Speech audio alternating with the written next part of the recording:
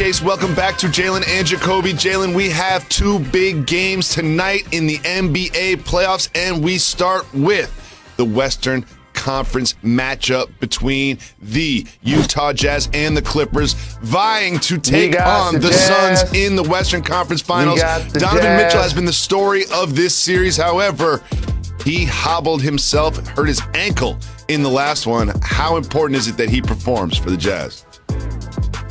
It's extremely important. You don't advance without Donovan Mitchell. Hopefully, they get Mike Conley back, because that now limits D. Mitch's usage. I like when he has the ball in his hands primarily, but he still also is going to need that other person besides Ingles and besides Clarkson to initiate offense, so he could be the recipient of somebody creating for him. And so I think that usage also is what wears him down sometimes, because at 6'2", he performs like he's 6'8", and he's extremely fearless. He's a terrific three-point shooter, and he's clutch. And on the other side for the Clippers, they got Kawhi Leonard and PG in particular to show up when they needed them to. Yep. Because Paul George, and I was asked this question by Jay Will on Countdown, is he a superstar? It's not a diss for a player like him to be a great player, an all-NBA performer, but not quote-unquote considered a superstar. As a matter of fact, if you're counting, they're probably quote-unquote maybe 10, we'll do a list one day, superstars, but he has the ability to perform like one. And when you call yourself playoff P, now people are looking. When you team up with Kawhi Leonard, people are looking. When you're in the MVP race in OKC and they give up 4 first-round picks to get you, people are looking. And so this was a big game, and it was great to see him mix his game up. That's what I want to see more of. He's an improved ball handler and creator for others, but I want to see him playing more lockdown D and finishing at the hoop. Kawhi, don't worry about Kawhi. Don't worry about Kawhi. We already know when it gets thick, we already know what to expect from Kawhi. Yep. Moving on to the other matchup, this one in the Eastern Conference in Atlanta between the 76ers and the Hawks. Jalen Rose, I heard you're going to be at this one. I heard you're going to be in the building for this one. Yes, yes, yes. Happy birthday, Gracie Rose, who turns 15 today. I'll be at the game with the Notorious One, and we're going to see if they can slow down Joel Embiid, who's been dominant, Ben Simmons, who's been attacking, and their perimeter defensive ferocity of Simmons and Thibault, and the offensive productivity of Harris playing defense against Trae Young. They've smothered the fella. He and Bogdanovich, they're getting blitzed. These guys are using their length. They're contested. They're trapping. Obviously, they're going to miss Danny Green's minutes, but not necessarily in this series. But for the Hawks, here's what happens. And our OG director, Tommy, taught this. Basketball isn't just a game. It's a religion. And I've been ordained. I'm a deacon. And the further that you advance in the playoffs, the more your weaknesses are going to show. You can't necessarily have injuries like Jamal Murray. And you know what else? This is where you miss the potential of a guy like Cam Reddish. This is where you miss DeAndre Hunter, because those 6'7", 6'8" guys can pile up on Bogdanovich and Trae Young because they don't have an athletic wing that they need to guard. And so Gallinari's a little bit older, and he's not going to give you that, that lateral movement. So now all three of those guys can load up on those two guys, and look at the difference between game 1 versus game 2 and 3. Have come back. They evened the series using some defense from PJ Tucker and some good play from Giannis. Jalen, how have the Bucks evened up this series? This time of the year, the catalysts are your superstars, and Giannis continued to attack the paint without settling. It's easier to do it when your team is getting stops and or rebounds, so he get plays like this in transition. Broken floor situations where they don't get a chance to truly form a wall. And that's why he had a career high in the paint with points. So it starts with Giannis.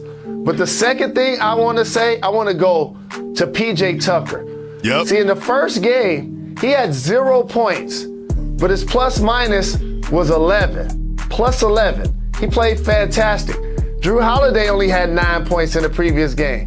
He actually was fantastic. And you know how they were fantastic? Defensively. I have never seen anybody guard Kevin Durant this well. I know they weren't necessarily, they were planning for Harden to be out, weren't planning for Kyrie to be out, so their offense got a little stagnant and tried to force it to KD. But he was picking them up 94 feet sometime. He was forcing them to the left side sometime. He was getting underneath them.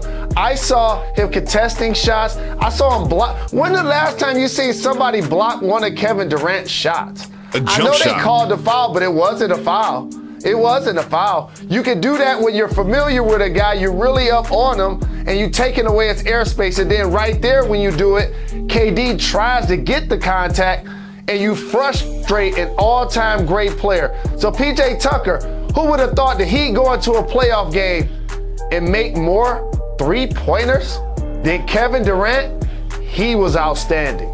He played great defense. However, the story of this game is the Kyrie Irving injury. As you mentioned, they knew they were going to be without James Harden, who is progressing, according to Steve Nash. But now we have Kyrie Irving out, and they put everything on KD.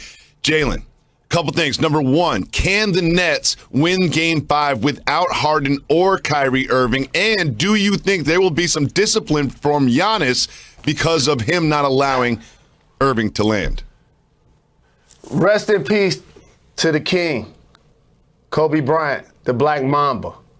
And when I did that to him in the 2000 finals, I wasn't asked about it after the game.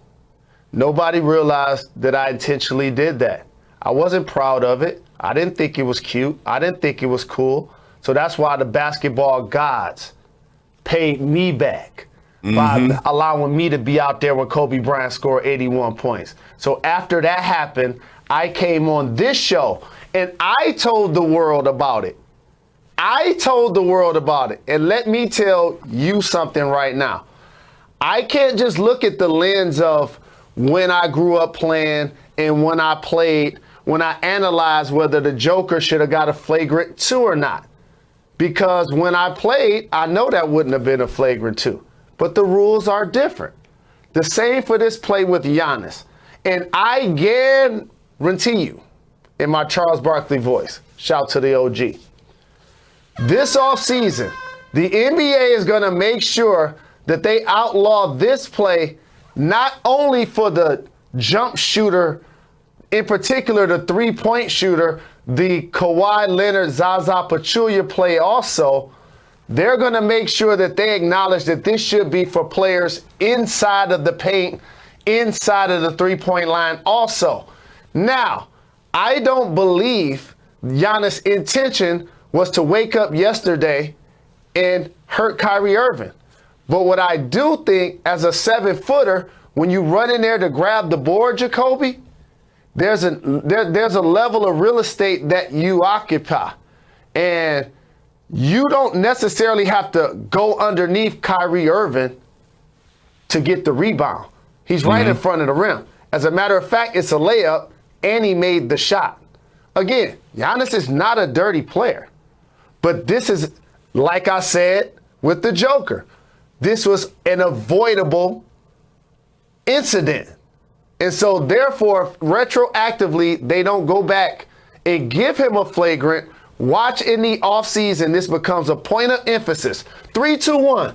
Is it at the bottom of the ticker yet? The Woj tweeted yet? It will be. I guarantee you, they're going to make it a point of emphasis.